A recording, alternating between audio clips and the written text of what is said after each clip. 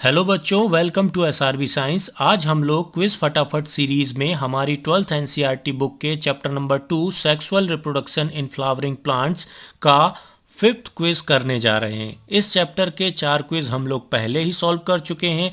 आप लोगों ने यदि इसके पहले के क्विज सॉल्व नहीं किए हैं तो उनका लिंक डिस्क्रिप्शन बॉक्स में दिया है, वहां जाकर आप उन क्विज को भी सॉल्व कर सकते हैं। अब हम लोग स्टार्ट करते हैं हमारा आज का क्विज। हमारा पहला क्वेश्चन है question number 81। Majority of flowering plants produce dash flowers. मतलब ज़्यादातर जो प्लांट्स होते हैं वो किस टाइप के फ्लावर्स को प्रोड्यूस करते हैं। Option A bisexual, option B hermaphrodite, option C monoecious, option D all of these. बच्चों यहाँ देखिए, जो बाइसेक्सुअल दिया हुआ है, हर्मोफोर्डाइट दिया हुआ है, मोनोसियस दिया हुआ है, इन तीनों वर्ड का एक ही मतलब होता है। इन तीनों वर्ड का मतलब होता है एक ही प्लांट में मेल गैमीट और फीमेल गैमीट दोनों प्रेजेंट हों। तो मैक्सिमम जो फ्लावर्स होते हैं हमारे वर्ल्ड में, जो मैक्सिमम फ्लावर पाए जाते हैं उनमें कौन सी कंडीशन होती है? बाइसेक्सुअल, उसी को हम बोलते हैं हर्मोफोर्डाइट, उसी को हम बोलते हैं मोनोसियस। तो करेक्ट ऑप्शन जो होगा वो होगा option number D, all of these. Question number 81 के बाद हम लोग चलते हैं क्वेश्चन नंबर 82 में। कॉज ऑफ इनब्रीडिंग डिप्रेशन, मतलब इनब्रीडिंग डिप्रेशन का कारण क्या है? पहला ऑप्शन है आउटब्रीडिंग, दूसरा ऑप्शन है continue inbreeding, option C outcross, option D hybridization. बच्चों यहाँ सबसे पहले समझिए इनब्रीडिंग डिप्रेशन का मतलब क्या होता है। जब हम किसी एक ही ब्रीड के प्लांट या एनिमल में बार बार कंटिन्यू इनब्रीडिंग कराते रहते हैं तो उनमें कुछ जेनेटिक डिसऑर्डर आ सकते हैं। इसी को हम कहते हैं इनब्रीडिंग डिप्रेशन। और ये कब होता है? जब हम कंटिन्यू इनब्रीडिंग करते हैं। तो ऑप्शन आपका बी करेक्ट है क्वेश्चन नंबर 82 के लिए। इसके बाद हम अगले क्वेश्चन की तरफ बढ़ते हैं। हमारा अगला क्वेश्चन है question number 83। Autogamy can be prevent by. Question का मतलब है ऑटोगैमी को कैसे प्रिवेंट किया जा सकता है या इससे कैसे बचा जा सकता है। पहला ऑप्शन है आपका सेल्फ इनकम्पैटिबिलिटी, दूसरा है anther and stigma are placed at different position, option C है pollen released before the stigma become receptive, option D है ऑल ऑफ द अबव। आप लोग इसे अच्छे से ध्यान रखिए। ऑटोगैमी से बचने के लिए ये तीनों आपके ऑप्शन या तीनों स्टेटमेंट एनसीईआरटी बुक में दी हुई है, आपको तीनों को याद रखना है। तो करेक्ट ऑप्शन हो जाएगा आपका ऑल ऑफ दी अबव। यहाँ देखिए, पहली स्टेटमेंट का मतलब है सेल्फ इनकम्पैटिबिलिटी, मतलब कि पॉलन ग्रेन या स्टिग्मा दोनों में से कोई भी एक ये डिसाइड कर सकता है कि हमें ऑटोगैमी करना है या नहीं। दूसरा है anther and stigma are placed at different position, यदि पोजीशन दोनों की गड़बड़ होगी तो ऑटोगैमी ऑटोमेटिक नहीं होगी। ठीक है। उसके बाद है pollen released before the stigma become receptive, यदि स्टिग्मा के मैच्योर होने के पहले पॉलन ग्रेन रिलीज हो जाता है तो भी ऑटोगैमी नहीं होगी। ये तीनों के तीनों ऑप्शन या तीनों के तीनों जो डिवाइसेस हैं वो ऑटोगैमी से प्रिवेंट करने में हेल्पफुल होते हैं। इसके बाद है question number 84। Male and female flowers absent in same plants. बच्चों यहाँ पर क्वेश्चन पूछ रहा है कि इनमें से नीचे जो 4 ऑप्शन दिए हुए हैं इनमें से किस में मेल और फीमेल फ्लावर एक ही प्लांट में नहीं पाया जाता। पहला ऑप्शन था आपका कैस्टर, दूसरा मेज, तीसरा पपाया और चौथा है क्यूकम्बर। तो जो पपाया का ट्री होता है उसमें मेल फ्लावर अलग प्लांट में होता है, फीमेल फ्लावर अलग प्लांट में होता है। ठीक है। तो ऑप्शन नंबर सी करेक्ट है क्वेश्चन नंबर 84 के लिए। अब इसके बाद हम चलते हैं क्वेश्चन नंबर 85 में। क्या है क्वेश्चन? क्वेश्चन है हमारा मोनोसियस प्लांट कैन प्रिवेंट्स। बच्चों जो मोनोसियस प्लांट होते हैं वो अपने आप को किस चीज़ से प्रिवेंट कर सकते हैं? वो प्रिवेंट कर सकते हैं अपने आप को ऑटोगैमी से। तो करेक्ट आंसर होगा आपका ऑप्शन बी। फिर है आपका अगला question, question number 86। Which one can prevent autogamy and geitonogamy both? Option A date palm, option B papaya, option C marchantia, option D all of these. बच्चों आपका क्वेश्चन पूछ रहा है कि नीचे जो 4 ऑप्शन दिए हुए हैं इनमें से कौन सा गिटनोगैमी और ऑटोगैमी दोनों से बच सकता है या दोनों को प्रिवेंट कर सकता है। तो ऑटोगैमी और गिट्नोगैमी दोनों से बचने के लिए क्या कंडीशन होनी चाहिए? मेल बॉडी अलग होनी चाहिए, फीमेल बॉडी अलग होनी चाहिए। मतलब एक प्लांट में मेल मेल फ्लावर हो या मेल गैमीट बनाने की प्रोसेस हो और दूसरे प्लांट में फीमेल फीमेल गैमीट या फीमेल फ्लावर बनाने की कंडीशन हो। तो ऐसा किस में होता है? ऐसा तीनों में होता है। डेट पाम में भी होता है, पपाया में भी होता है, मर्केंसिया में भी होता है। मेल बॉडी अलग होती है, फीमेल बॉडी अलग होती है। तो ये तीनों के तीनों क्या कर पाएंगे? ऑटोगैमी और गिट्नोगैमी दोनों को प्रिवेंट कर पाएंगे। तो क्वेश्चन नंबर 86 का करेक्ट ऑप्शन या करेक्ट आंसर हो गया ऑप्शन डी। इसके बाद हम चलते हैं क्वेश्चन नंबर 87 की तरफ। क्या है question? The cell divides and form the two male gametes during the growth of pollen tube in the stigma. आपका क्वेश्चन पूछ रहा है कि किसकी सेल डिवाइड होकर टू मेल गैमीट्स बनाती हैं जब पॉलन ट्यूब स्टिग्मा के अंदर एंटर करता है। पहला ऑप्शन है generative cell, option B vegetative cell, option C both A and B, option D neither A nor B. तो करेक्ट ऑप्शन है आपका जनरेटिव सेल। ठीक है, जनरेटिव सेल जो है उसी की सेल डिवाइड होती है और क्या बनाती है? दो मेल गैमीट बनाती है। तो करेक्ट आंसर हो गया आपका ऑप्शन ए। इसके बाद हम चलेंगे अपने अगले क्वेश्चन की तरफ। बच्चों, क्वेश्चन नंबर 88 सॉल्व करने से पहले आप लोगों से एक रिक्वेस्ट है। हमारे चैनल में आप लोगों को 11th बायोलॉजी, 12th बायोलॉजी और 3 अलग अलग टेस्ट सीरीज़ करवाई जा रही हैं। तो आप लोग क्या करें, चैनल को शेयर कर दें और सब्सक्राइब भी कर दें। ठीक है, इसके बाद हम चलते हैं क्वेश्चन नंबर 88 में। क्या है question? Pollen tubes carry the two male gametes from the beginning in। पहला ऑप्शन है 2 सेल्ड पॉलन, ऑप्शन बी है 3 सेल्ड पॉलन, ऑप्शन सी है 1 सेल्ड पॉलन, ऑप्शन डी है ऑल ऑफ दीज। जो क्वेश्चन में आपको 4 ऑप्शन दिए हुए हैं और पूछा जा रहा है कि इनमें से किस में पॉलन ट्यूब जो होती है वो स्टार्टिंग से ही 2 मेल गैमीट्स को कैरी करती है। तो वो होता है किसमें? 2 सेल्ड पॉलन में।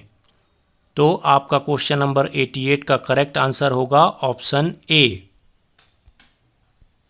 अब इसके बाद हम लोग चलेंगे अगले क्वेश्चन में। अगला क्वेश्चन है क्वेश्चन नंबर 89। क्वेश्चन है pollen tubes enters the ovule through the. ये क्वेश्चन आपसे हमने पहले की सीरीज में भी पूछ चुका है, तो आप लोगों को आंसर बन जाना चाहिए। तो जो पॉलन ट्यूब होती है, ठीक है, पॉलन ट्यूब कहाँ एंटर करती है ओव्यूल में? वो एंटर करती है माइक्रोपाइलर एंड से। ठीक है, तो ये क्वेश्चन काफ़ी इजी था और काफ़ी इम्पॉर्टेंट भी था। इसके बाद हम चलते हैं क्वेश्चन नंबर 90 में।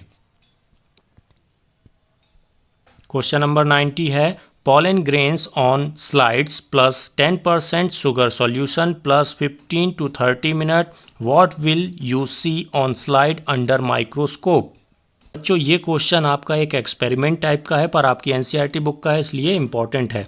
क्या किया गया है यहाँ पर? आपको एक स्लाइड दी गई है जिसमें पॉलन ग्रेन्स रखे गए हैं, उसमें 10% शुगर सॉल्यूशन ऐड किया गया है और 15 से 30 मिनट तक उसको ऐसे ही छोड़ दिया गया है।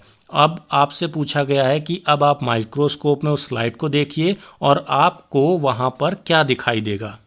बच्चों, ये जो एक्सपेरिमेंट है वो है पॉलन ट्यूब को देखने के लिए। ठीक है, पॉलन ट्यूब को यदि आपको ऑब्जर्व करना है तो आप ये तीनों चीज़ें करिए और माइक्रोस्कोप में आप पॉलन ट्यूब को आसानी से देख सकते हैं। तो करेक्ट आंसर है आपका ऑप्शन सी, पॉलन ट्यूब। इसके बाद question number 91। To produce commercially superior variety dash is one of the major approaches of crop improvement program। पहला इनब्रीडिंग, दूसरा इंटरस्पेसिफिक हाइब्रिडाइजेशन, तीसरा आर्टिफिशियल हाइब्रिडाइजेशन और डी आउटक्रॉस।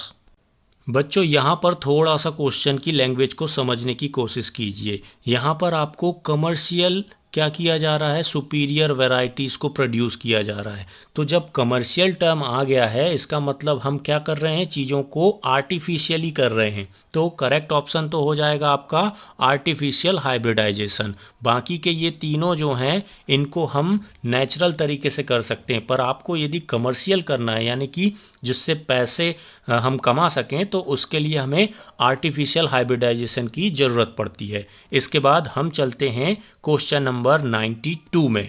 क्वेश्चन नंबर 92 है आपका व्हाट इज बैगिंग? बहुत easy question.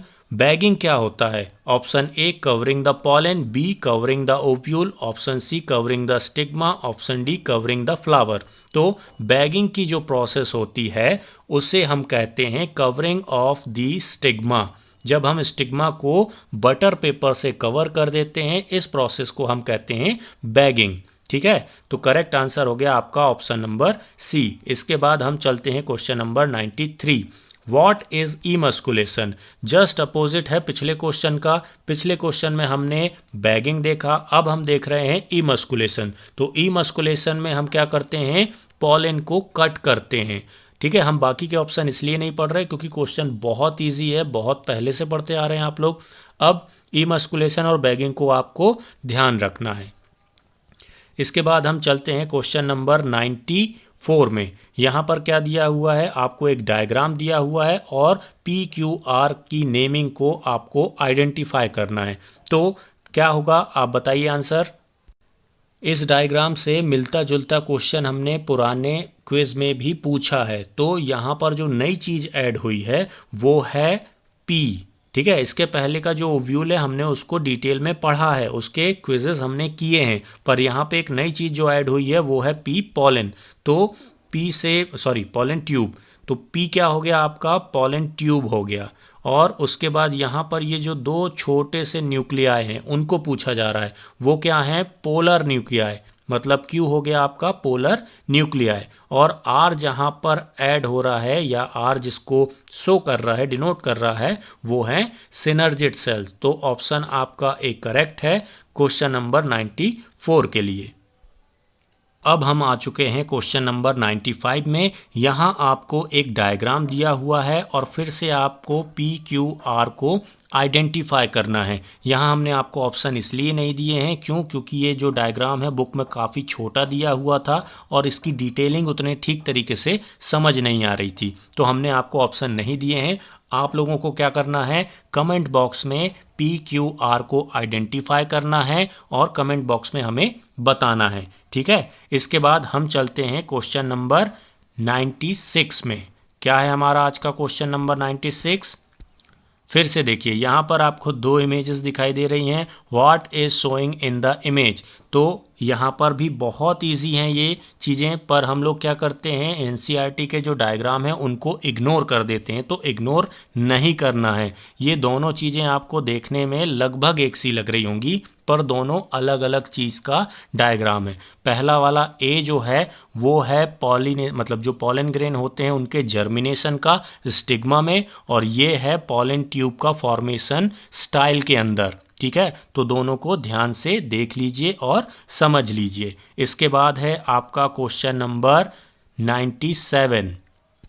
यहाँ पर फिर से एक डायग्राम। ठीक है बच्चों, क्वेश्चन में आपको एक डायग्राम दिखाया गया है और यहाँ पर x क्या है, y क्या है, ये आपको पहचानना है। ये वाले जो डायग्राम हैं बहुत इम्पॉर्टेंट हैं, हम बार बार कह रहे हैं, आप इनको इम्पोर्टेंट करके नोट कीजिए। ठीक है, और क्या करना है? Choose the correct option. इस डायग्राम के रिगार्डिंग ये चार जो ऑप्शन है उसमें से कौन सा करेक्ट है? तो x is egg nuclei, Y is egg nuclei, Y is male gamete, B and C both। तो यहाँ जो X है ये क्या है? सेंट्रल न्यूक्लियाई है, इसको ध्यान रखिएगा। X जो है वो सेंट्रल न्यूक्लियाई है और ये दो जो छोटे आइटम हैं या छोटे छोटे न्यूक्लियस हैं वो मेल गैमीट हैं। तो यहाँ पर केवल C ऑप्शन करेक्ट है आपका। ठीक है, तो ये हुआ क्वेश्चन नंबर 97। इसके बाद हम चलते हैं क्वेश्चन नंबर 98 में। क्वेश्चन नंबर 98 में क्या किया जा रहा है? एक डायग्राम या इमेज दिखाई जा रही है, उसमें फूल के कुछ पार्ट को कवर कर दिया गया है और पूछा जा रहा है कि ये किस चीज़ को शो करता है। तो option A emasculation, option B bagging, option C A and B both, option D none of this. तो आपको पहले क्वेश्चन आ चुका है ये कि स्टिग्मा को जब हम कवर कर देते हैं तो उसे हम क्या कहते हैं?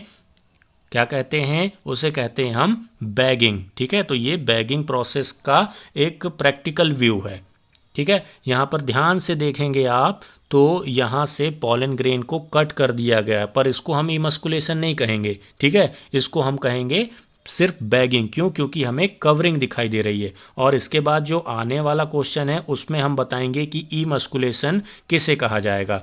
यहाँ देखिए, इमस्कुलेशन के लिए यहाँ पर एक छोटे से नीडल या फिर सीजर इन सब का यूज़ किया जाता है और पॉलन ग्रेन को कट करते हुए या निकालते हुए दिखाया जाएगा, तब आप उसे कहेंगे इमस्कुलेशन। तो क्वेश्चन नंबर 99 का करेक्ट ऑप्शन हो गया ए। इसके बाद हम चलते हैं हमारे आज के लास्ट क्वेश्चन में। हमारा आज का लास्ट क्वेश्चन है bag that used in bagging generally made up of. मतलब बैगिंग की प्रोसेस के लिए जो प्रोडक्ट हम यूज़ करते हैं या बैगिंग की प्रोसेस के लिए जो हम बैग यूज़ करते हैं वो किस से बना होता है? क्या वो प्लास्टिक से बना होता है? क्या वो कॉटन से बना होता है? क्या वो बटर पेपर से बना होता है? तो ध्यान दीजिएगा, देखिए प्लास्टिक से भी बन सकता है, कॉटन से भी जनरली बनाया जा सकता है, पर आपकी एनसीईआरटी बुक में दिया हुआ है बटर पेपर से मेड अप होता है। तो आपका करेक्ट आंसर होगा क्वेश्चन नंबर 100 का बटर पेपर। ठीक है बच्चों।